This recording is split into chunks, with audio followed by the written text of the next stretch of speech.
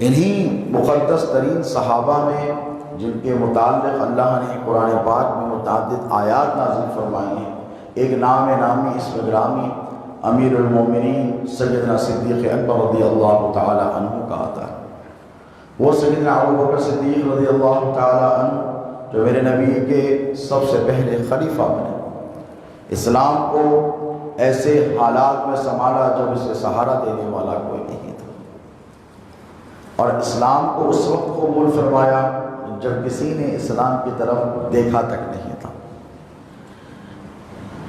چنانچہ روایات میں آتا ہے تاریخ اسلام میں کہ حضرت ابوبکر صدیق رضی اللہ تعالی عنہ کی ولادت عام الفیل، یعنی عرب میں ایک طریقہ تھا کہ میرے نبی پاک علیہ الصلوۃ والسلام کی ولادت سے پہلے جو واقعہ رونما ہوا تھا، عام الفیل یعنی ابرہہ بادشاہ جو ہاتھیوں کا لشکر لے کر خانہ کعبہ پر حملے کے لیے آیا تھا، تو اس واقعے کی اتنی امپورٹنس تھی، اتنی سگنیفیکنس تھی کہ لوگوں نے وہاں سے تاریخیں پکڑنا شروع کی۔ وہ عام الفیل کہلانے لگا، فیل والا سال، ہاتھیوں والا سال۔ تو روایات میں آتا ہے کہ حضرت سیدنا صدیق اکبر کی ولادت عام الفیل کے 2 سال چند مہینے بعد ہوئی، 2 سال چند مہینے بعد ہوئی۔ تو سرکار پاک علیہ الصلوۃ والسلام اور آپ کی عمر میں زیادہ فرق نہیں تھا، 1.5 2 سال کا ایسا روایات میں آتا ہے، سال 1.5 سال کا۔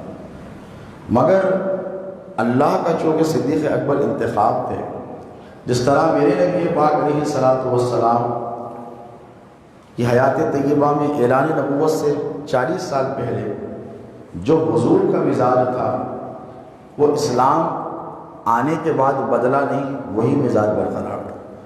یعنی حضور سے وہ فحش چیزوں سے پہلے سے نفرت تھی، برقرار رہے، گناہوں سے نفرت کیا کرتے، وہ بعد میں بھی برقرار رہے۔ حضور نے زندگی میں اعلان نبوت سے پہلے کسی نے نہیں دیکھا کہ کبھی غلط بات کہی ہو، جھوٹ کہا ہو، اسی لیے حضور کو امین پکارا کرتے تھے۔ کفاران قریش، مشرکین مکہ میرے نبی کو امین پکارا کرتے تھے، صادق پکارا کرتے تھے، سچا پکارا کرتے تھے۔ اسلام کے آنے کے بعد بھی وہی ملا۔ حضور کے صحابہ میں ایک ایسی برگزیدہ شاہ ذات والا ہے جن کا نام سیدنا ابوبکر صدیق ہے۔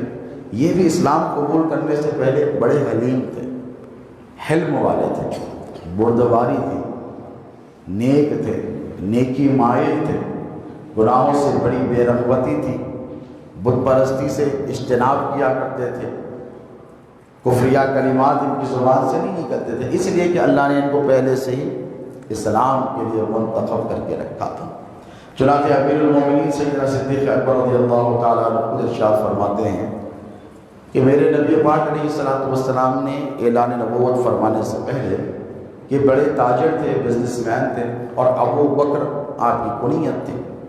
دیکھیے البکر جو ہے عربی زبان میں جوان اونٹ کو کہتے ہیں۔ جمل آپ نے سنا ہے اونٹ کا نام، لیکن جو جوان اونٹ ہوتا ہے عربی لغت میں ایک ہی جانور کے اونٹ کے سینکڑوں نام آئے ہیں، یعنی وہ جوان ہوتا ہے تو اس کا نام بدل جاتا ہے، بچہ ہوتا ہے تو اس کا نام بدل جاتا ہے، اونٹنی ہوتی ہے تو اس کا نام بدل جاتا ہے، دودھ دینے والی ہوتی ہے تو اس کا نام الگ ہوتا ہے، نہ دینے والی ہو تو اس کا نام، بچہ دینے والی ہوتی ہے تو اونٹنی کا نام الگ، نہ دینے والی ہو تو اونٹنی کا نام الگ۔ اتنی گنجائش عربی کے علاوہ کسی زبان میں نہیں ہے۔ تو البکر جو ہے جوان طاقتور اونٹ کو کہتے ہیں، جو بڑا حسین جمیل ہو۔ اور حضرت ابوبکر صدیق رضی اللہ تعالیٰ عنہ کا جو قبیلہ تھا یہ بڑا مشہور معروف قبیلہ تھا، بزنس کے اعتبار سے تاجرین تھے پورے خاندان میں، اور سرکار صدیق اکبر رضی اللہ تعالیٰ عنہ کے پاس کثرت سے جوان اونٹ تھے، یعنی بوڑھے اونٹ ہوں گے تو بزنس کم ہوگا، جوان ہوں گے تو زیادہ ہوگا، ظاہر سی بات ہے، بوڑھے اونٹ کو کون لے کر آئیں گے۔ تو صدیق اکبر رضی اللہ تعالیٰ عنہ کے پاس جوان اونٹوں کے بہت بڑی تعداد میں اونٹ تھے، جائیداد تھی، دولت تھی۔ تو عرب میں ان کی کنیت ہو گئی البکر، ابو بکر۔ کیا ہو گئی؟ ابو بکر، یعنی جوان اونٹوں والے۔ اور اونٹوں کے معاملات میں یہ بڑی مہارت بھی رکھتے تھے، ان کی سائنس پر، ان کو کیا کھلایا جائے، کیسے ان کو پالا جائے، پوسا جائے، یہ سارے امور جو ہوتے ہیں اس میں سرکار صدیق اکبر رضی اللہ تعالیٰ عنہ کو بڑی مہارت حاصل تھی، اسی لیے آپ کی کنیت ہوئی ابو بکر، جوان اونٹوں والے۔ آپ بزنس ایکسپیڈیشنز تجارتی قافلے لے کر ملک در ملک جایا کرتے تھے. اللہ نے بہت پیسہ نوازا تھا.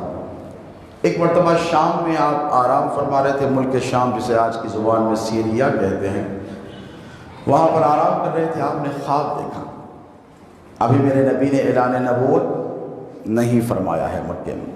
خواب دیکھا اور خواب میں دیکھا کہ چاند 14ویں کا چاند آسمان پر چمک رہا ہے اور دمک رہا ہے مکے کی وادی میں, اور یکایک چاند ٹوٹا, اس کے ٹکڑے ٹکڑے ہوئے, ہزاروں ٹکڑوں میں بٹا اور مکے کے ہر گھر میں گر گئے ٹکڑے.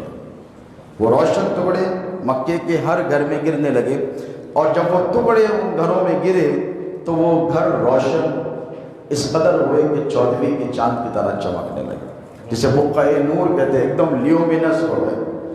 صدیق اکبر فرماتے ہیں کہ میں دیکھتا رہا, اس کے بعد بہت دیر کے بعد وہ سارے ٹکڑے جمع ہوئے. وہ سارے ٹکڑے جمع ہوئے, پھر چاند کی شکل اختیار کی, پھر میرے گود میں آ کر بیٹھ گیا. پھر صدیق اکبر فرماتے ہیں میرے گود میں آ کر بیٹھ گیا تو میں چونک کر اٹھا کہ میں نے یہ کس قسم کا خواب دیکھا ہے. تو میں بحیرہ راہب کے پاس گیا. خواب جو ہوتے ہیں تعبیر الرؤیا ایک سائنس ہوتی ہے.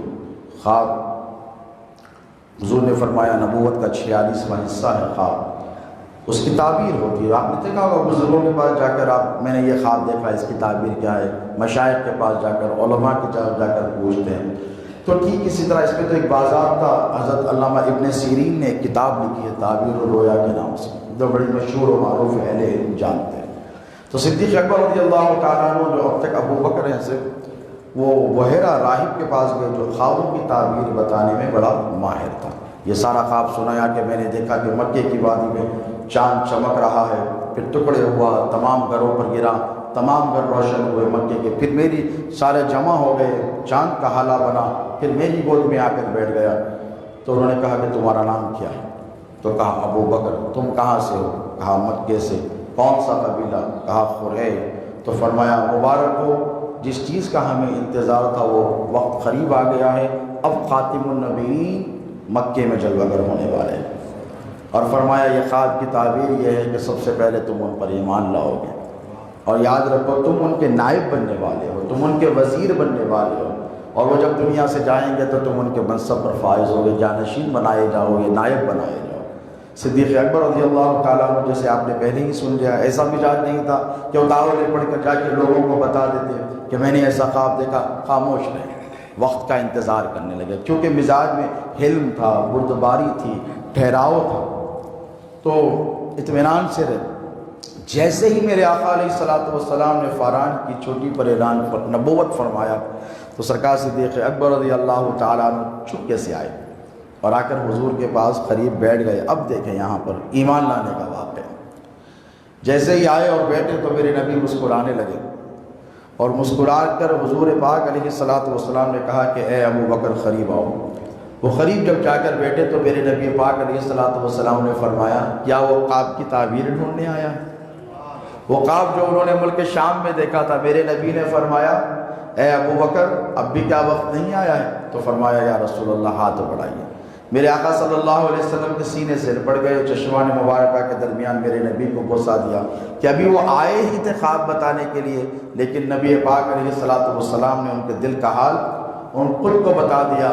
تو پکار اٹھے, میں گواہی دیتا ہوں کہ اللہ کے سوا کوئی رب نہیں, اور آپ اللہ کے نبی اور پیغمبر اور رسول ہیں. اسلام قبول کر لیا.